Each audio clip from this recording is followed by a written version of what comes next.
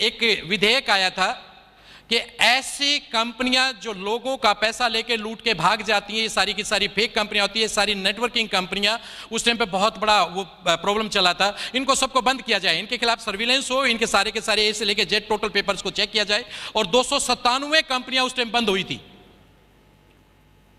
297 कंपनियां बंद हुई थी। आज भी वो फाइल अभी भी चल रही है, बहुत सारी कंपनियां आगे बंद होनी है। इस कंपनी को भी हमने जांचा था एथिक्स है। आप तो खाली एथिक्स समझ को जानते हैं, एथिक्स किस किस लेवल पे होते हैं। आप लोगों को तो सिर्फ इतना बताया जाता है भाई कि एथिकल कंपनी है।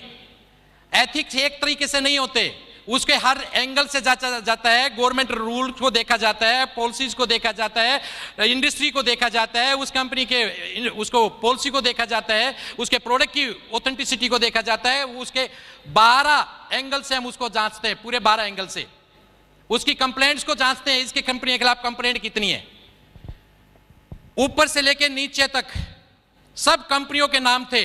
एक डिपार्टमेंट आपके देश में ऐसा है जिसके कोई ऑडिट नहीं होता। एक ऑफिस ऐसा है आपके देश में जिसका कोई ऑडिट नहीं होता, जिसके खिलाफ कोई कंप्लेंट नहीं होता। कौन सा बताओ? नो नो नो नो, उसका कोई ऑडिट ही नहीं होता। बताइए। नो, राष्ट्रपति भवन।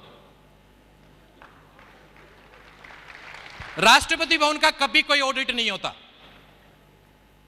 उसके खिलाफ भी कंप्लेंट है। लेकिन एक कंपनी के खिलाफ कंप्लेंट नहीं है, वो है फॉरएवर लिविंग प्रोडक्ट।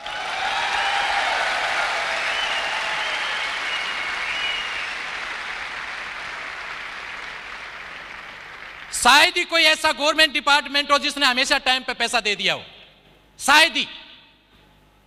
कितना भी ऑथेंटिक डिपार्टमेंट क्यों ना हो, कितना भी सिस्टमेटिकली डिपार्टमेंट क्यों ना हो, लेकिन 2 बार तो पैसा लेट होता ही होता है। 31 मार्च को और 31 सितंबर को फाइनेंशियल क्लोजिंग होता है, 6 मंथली और ईयरली, तो 2 बार तो पैसा लेट होता ही होता है। सैलरी क्या कहते हैं पंकज जी? एक कंपनी दुनिया में ऐसी है जिसका पैसा लेट नहीं होता, वो है फॉरएवर लिविंग प्रोडक्ट।